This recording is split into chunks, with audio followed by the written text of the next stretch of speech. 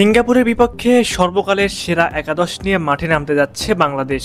Match শুরুর এখনো বাকি প্রায় মাসখানিক, তবে তার আগে থেকে যেন সিন্ডিকেট ডালপালা মেলা শুরু করেছে।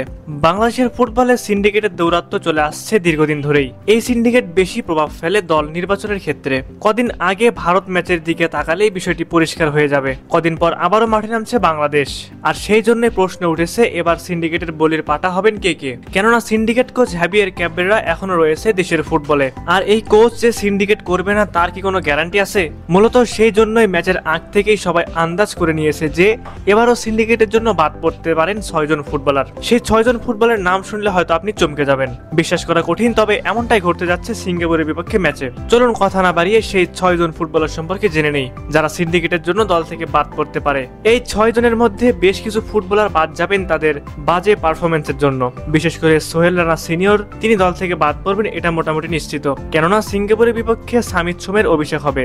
আপনাদের সুবিধার্থে আমরা বলে দিব যে কোন খেলোয়াড় কি কারণে বাদ পড়বেন, তাহলে আশা করি আপনাদের আর কনফিউশনে পড়তে হবে না।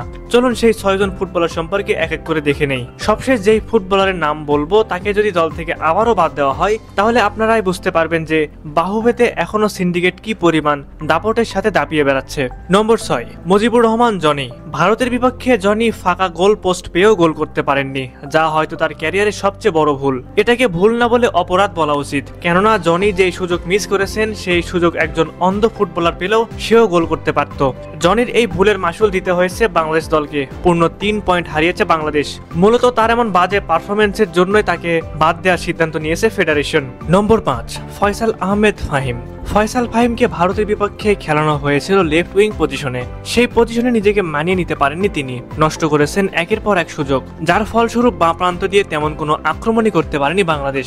মূলত সেই জন্য দল থেকে বাদ পড়তে পারেন ফয়সাল আহমেদ ফাহিম। নম্বর 4, সোহেল রানা সিনিয়র। বাংলাদেশের ফুটবলে বেশ পরিচিত মুখ সোহেল রানা, যিনি দীর্ঘদিন যাবৎ সার্ভিস দিয়ে যাচ্ছেন বাংলাদেশকে। তবে তার পারফরমেন্স নিয়ে যেন সবসময় তাকে ট্রল করা হয়। সমালোচনা করবেই না বা কেন, ক্লাবে যেন তেন পারফর্ম করার পরও জাতীয় দলে অটো চয়েস হয়ে থাকেন তিনি। তবে সময় বদলেছে, বাংলাদেশে আসছেন সামিত সোম, আর সেই জন্য বলাই যায় যে সামিতের কারণে জায়গা হারাতে যাচ্ছেন সোহেল রানা। নম্বর 3, আল আমিন। বর্তমানে বাংলাদেশের ঘরোয়া লিগের সেরা স্ট্রাইকার আল আমিন, যিনি বাংলাদেশ প্রিমিয়ার লিগে গোল করছেন নিয়মিত, যার ফলাফল হিসেবে তাকে ডাকা হয় জাতীয় দলে। কিন্তু কোচের সিন্ডিকেটের জন্য আল আমিন 1 মিনিটও খেলার সুযোগ পাননি ভারতের বিপক্ষে ম্যাচে। অথচ জনি, সোহেল রানারা একের পর এক সুযোগ করেছে নষ্ট।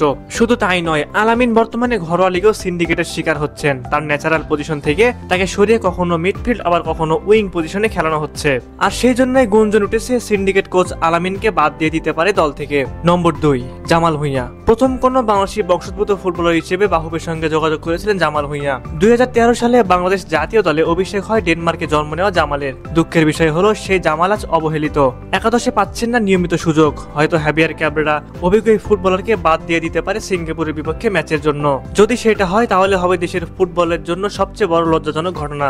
নম্বর 1, ফাহমিদুল ইসলাম। ফাহমিদুল ইসলামের কথা নতুন করে আর কি বলবো, শুরু থেকে সিন্ডিকেটের শিকার ফাহমিদ। ওয়ার্ম আপ ম্যাচে হ্যাটট্রিক করার পরও দলে জায়গা হয়নি তার, সুতরাং বুঝতে পারছেন সিন্ডিকেটের দৌরাত্ম্য কতটুকু। গুঞ্জন রয়েছে এবার নাকি ফাহমিদকে ডাকা হবে, কিন্তু এই নিউজ কতটা সত্য তা এখনো পুরোপুরিভাবে বলা যাচ্ছে না। ম্যাচ শুরুর কয়েকদিন আগেই জানা যাবে সবকিছু। এখন দেখার বিষয় সিঙ্গাপুরের বিপক্ষে ম্যাচের জন্য কোন কোন ফুটবলারকে বাদ দিয়ে দিবেন কোচ ক্যাবরেরা, সেই দিকে চোখ থাকবে আমাদের সকলের। তবে আপনারা কি মনে করেন, ফাহমিদ কি এবার সুযোগ পাবে, নাকি সে আবারও সিন্ডিকেটের অন্ধকার জগতে হারিয়ে যাবে? অবশ্যই আপনারা আপনাদের মূল্যবান মতামত আমাদের কমেন্ট করে জানাবেন।